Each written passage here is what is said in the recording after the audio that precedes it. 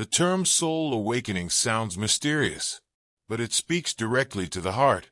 Many people rush through their daily lives, busy chasing external success and comfort, but often ignoring inner growth and awakening. Everyone can have such a moment when they suddenly realize that they are just lost in the stream of life, trapped in the inertia of daily life, repeating meaningless things as if they were mechanical. Sometimes that moment comes when a sudden feeling of pain or loss awakens you. You begin to question yourself, your life, even the values you once believed in. Welcome to Audible Wisdom, on the path of physical, mental, and spiritual growth. Let's practice together and keep exploring. Remember to like, subscribe, and ring the bell. May you plant the seeds of wisdom and practice, and receive blessings beyond measure. People often hope that one day a savior will descend from the sky, a savior who will rescue them from their predicament and bring them new life. But the truth is, the savior may never appear. As the saying goes, it is better to rely on yourself than on others. God helps those who know how to save themselves. This is a truth from ancient times to the present. Every human soul is waiting for a chance to awaken, and this chance is often accompanied by pain and loneliness. For it is only in the deepest darkness that we begin to seek the light. Life is a journey of constant search and challenge. Many people ignore the voice of the soul on this long journey. They get lost in a world of materialism and desire. The process of awakening is long and painful, but as the old saying goes, you can't see the rainbow without experiencing the storm.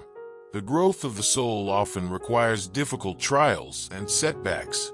It's through these trials and tribulations that people truly realize their inner strength. And when you begin to realize that, you begin to question yourself, reflect on your past, and gradually move towards the awakening of your soul. And that's when a crucial question arises for us. How do we free ourselves from this bondage? How do we break the bonds and allow our souls to achieve true freedom and awakening?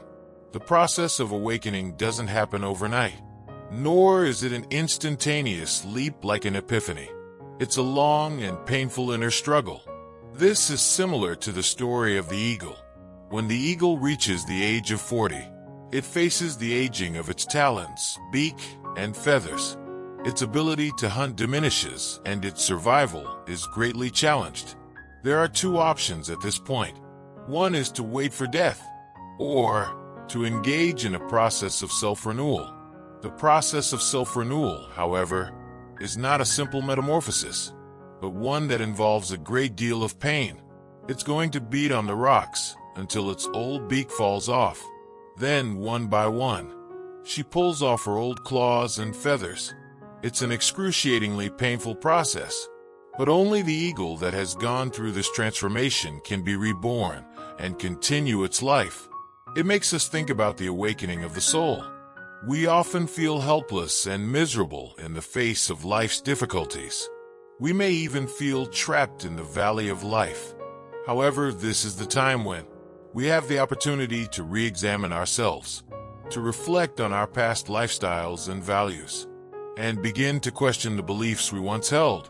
The first step to awakening is to question ourselves. Question old patterns of thought. It's the equivalent of internal surgery. Like the transformation of an eagle, the awakening of the human soul is a painful and continuous process. The whip of fate will strike us again and again, forcing us to reflect on our lives. Many people cannot bear the pain. They choose to paralyze themselves with entertainment, material pleasures, and even dependency on others to escape reality. But this escape is temporary. Eventually the pain returns. It forces us to face our repressed emotions and unresolved questions. Those who have awakened often experience a period of deep loneliness. This loneliness is not simply a lack of human interaction. It's because in the process of awakening you realize that you have become disconnected from the world around you. You begin to see through the false appearances. You realize that the materialism and status you once sought is actually so empty. At this point, you may feel like a vulture, vulnerable and alone, but it's during this time of loneliness that your inner strength grows. Soul awakening is not just about recognizing your own shortcomings and limitations. It's about letting go. Let go of your attachment to material things. Let go of your resentment of the past. Let go of fear of the future. Only when you truly learn to let go will you discover that the problems that once troubled you are not that important. An awakened soul can see the world from a new perspective, no longer confused by appearances, but seeing things for what they are. In this process, you may feel pressured and challenged by the outside world. You may be surrounded by people who don't understand you, who laugh at you, who question you. But it doesn't matter, because true awakening is an internal process that doesn't need external approval. You'll realize that the only person who can help you is you. As the old saying goes, God helps those who help themselves. When you begin to believe in yourself and find strength from within, the challenges of the outside world will become your strength to grow. Some may ask why the awakening of the soul must be accompanied by pain. Can't we awaken in happiness? The answer may be disappointing. Happiness is wonderful, but it often makes us lose sight of the present and the motivation to reflect. Pain is different. It is the most powerful force that compels you to think about the meaning of life, to search for higher wisdom. Behind pain is often a hidden realization of growth. It's in these pains that we can truly realize the true meaning of life and achieve the upliftment of our souls. After you've gone through this series of pain and loneliness, you will realize you are no longer the same old me. You are no longer ruled by external materialism and desires. Instead, you begin to focus on your inner growth and accumulation of wisdom. At this point, you will feel a sense of freedom you've never felt before. Freedom of the soul. This freedom does not come from external circumstances or conditions, but from a deep inner liberation. The awakened person will eventually reach a state of selflessness. This doesn't mean that you have to give up all relationships or materialism. It means that you are able to look at these things in a transcendent way, no longer bound by them. You begin to realize that the world of the soul is completely different from the world of the body. The world of the body is full of desire and competition. The soul world is selfless and peaceful. A truly awakened person can find a balance between these two worlds. One can fulfill the basic needs of life without being enslaved by material things. An awakened soul ultimately seeks to accumulate wisdom and virtue, not temporary pleasure or fulfillment. The growth of the soul is like the rebirth of an eagle. Although it is painful, it will eventually make you a whole new self, a being beyond the physical body. When you realize this, you will find that all the pain and difficulties in life are the universe leading you to the inevitable path of awakening. Awakening doesn't happen overnight. It requires constant inner reflection and growth. Like the eagle's rebirth, only through pain and loneliness can our soul be truly free. Pain is inevitable in life, but as long as we are brave enough to face it without running away or giving up, in the end, we will realize that there is a great gift behind the pain. The awakened soul will eventually see beyond all appearances to the essence of life.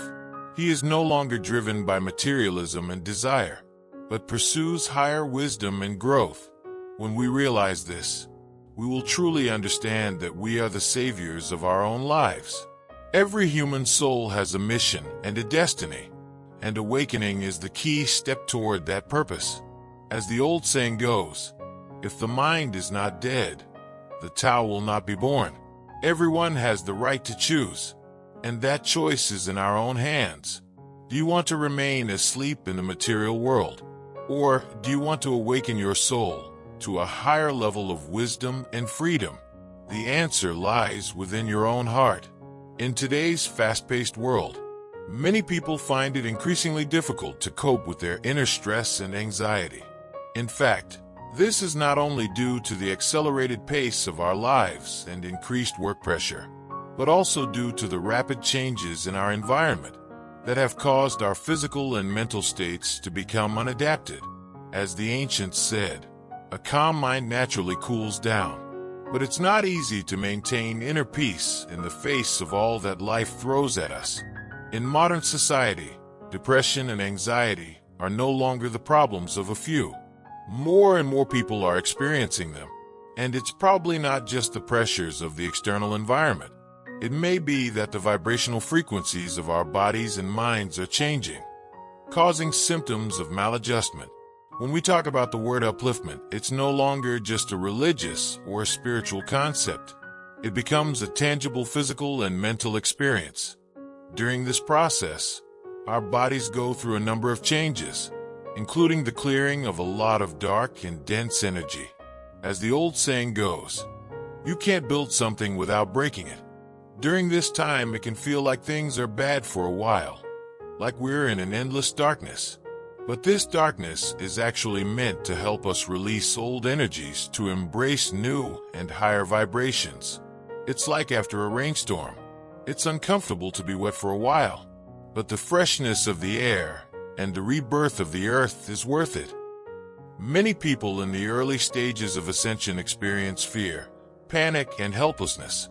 Even physical ailments such as low blood sugar, intense hunger, and protein cravings. This state is not accidental. It's a sign that the body is using up a lot of energy. During this phase, it's as if the body has been turned upside down. All the energy is being redirected. And perhaps the most important thing we can do, other than adapting to the body's changes, is to pay attention to what we're eating, especially increasing our protein intake. This will help support the body's transformation and adjustment.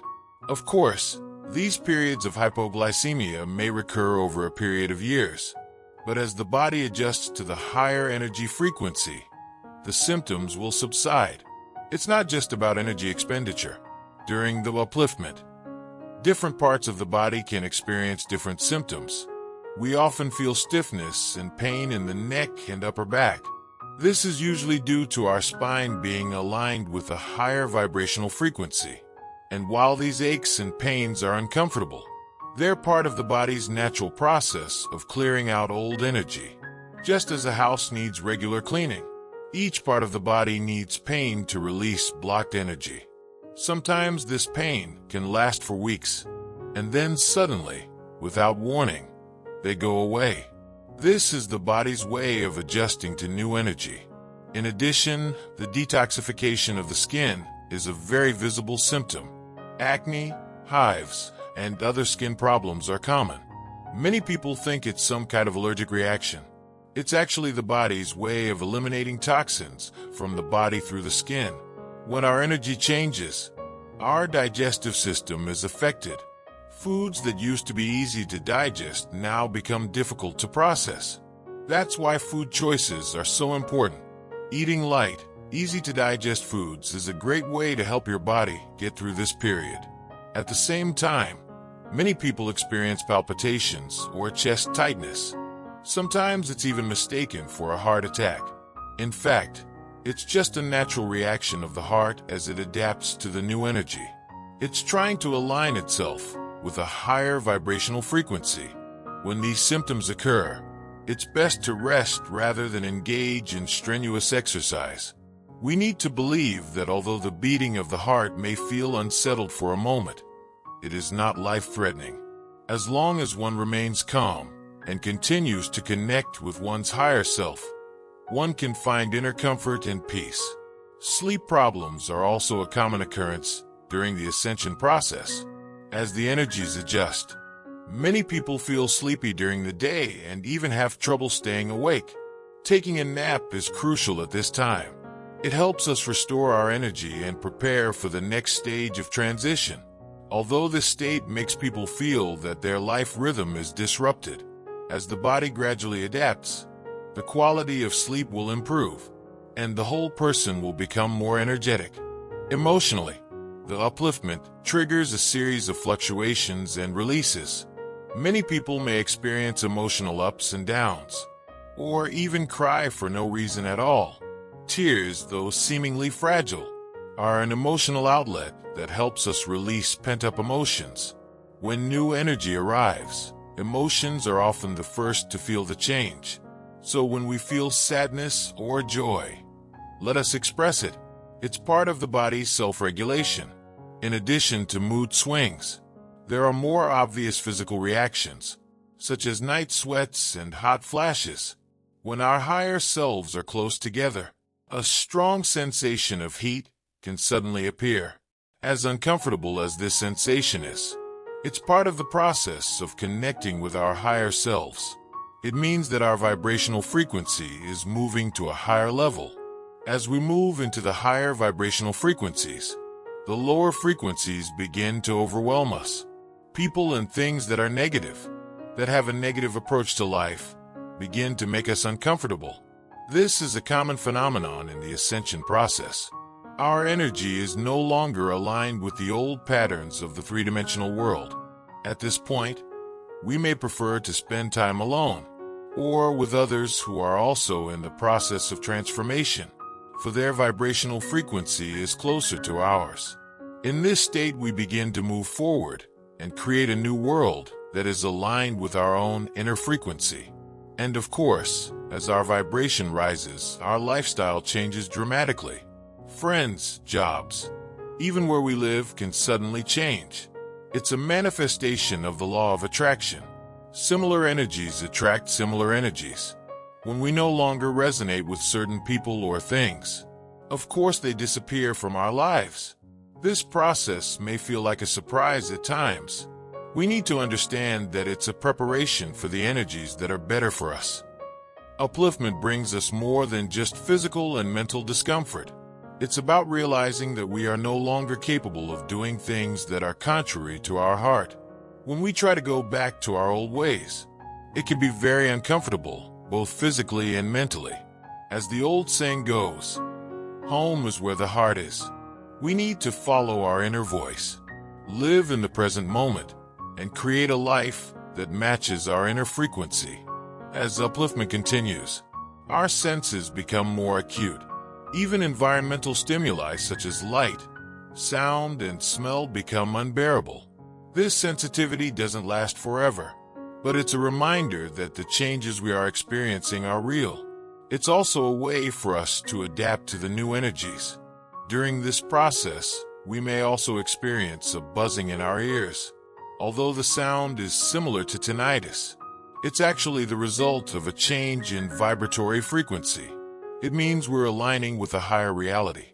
Ultimately, upliftment is not just an awakening of the soul, but a change in the way we interact with the world. After awakening, we become more peaceful and less obsessed with external gains and losses. We realize that inner peace is more important than outer noise. No matter what happens in the outside world, we can find our own rhythm and maintain a relaxed attitude toward life. As we become accustomed to the process of upliftment, life becomes more hopeful and powerful. We are no longer burdened by material things. Instead, we face life's challenges with a playful attitude. Such a state is like the Confucian saying, "Although you are always busy, your mind remains unchanged." No matter how many times we are tested by the outside world, we can always remain calm and self-contained. This is not only a transformation of the body, but also a sublimation of the soul. It is often said that life is like a play, and a play is like life. In this unrehearsed performance, everyone is searching for their own meaning. What kind of life is meaningful? It seems like a simple question, but it's so complicated it's a headache. Because each of us is at a stage where our needs and desires are constantly changing. When you are young, you may think that finding a suitable partner and being together is the meaning of life. When you're looking for a job, you think finding the right job is the most important thing in life. And when you're ready to settle down, a house and a car become your goal. It's all about stages. We all have different needs and expectations at different stages. But is this need really the ultimate meaning of life? It's like when you find the job of your choice, and you're so excited. It's like all your life's efforts have been leading up to this moment. But then you enter the workplace, and the day-to-day grind gradually wears away your initial enthusiasm. You begin to wonder, is this really what I want? The satisfaction of buying a house or a car is also short-lived. Over time, these material achievements become a normal part of life. Instead, it creates a new desire for the next goal. These periods of need are like a mirage, providing short-lived fulfillment only to be followed by deeper anxiety. So what kind of life is truly meaningful? Perhaps we need to think about it differently. What's the real meaning of life beyond these periodic pursuits? First, let's discuss these seemingly important stages of life. Many people think that what unmarried people want most is to find a partner of their choice. It's as if being married means living happily ever after. Indeed, the intimacy and stability that marriage brings can make living more fulfilling. But marriage is not the end of life, but a new beginning. There is sweetness in marriage, and there is also the triviality of life. If there is no awakening of the soul, but only the pursuit of external fulfillment and satisfaction, marriage can easily become another form of bondage. Two people who love each other still face various challenges in life after marriage. Emotional commitment, daily compromise, and rethinking the nature of life are the real tests of marriage. It is obviously too shallow to see marriage as the only meaning of life. Let's look at job seekers. They think that one of the great goals in life is to find a job that suits them, where they can grow in their career. Yes, it's true that a job is a way to gain self-esteem and social acceptance. But after a long time in the workplace, one realizes that a job can't fill all the holes in one's heart. The sense of fulfillment and income satisfaction that comes from work is important. But if a person puts all his energy into his work and neglects his inner needs, over time, he finds that life becomes monotonous and boring. He has no time for his family. He neglects his health. He even loses the ability to enjoy life.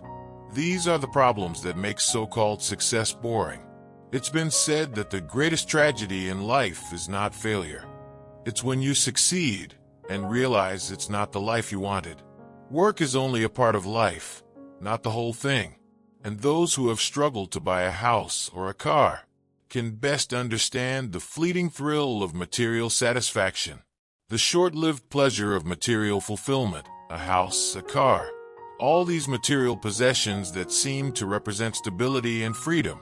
In fact, they often give people greater responsibility. If you buy a house, you still have to think about the mortgage. When you buy a car, you still have to think about owning it. The pressure of life is not reduced. On the contrary, these possessions make people fall into deeper anxiety. Many people feel unfulfilled even after realizing their dreams. They yearn for something bigger and better.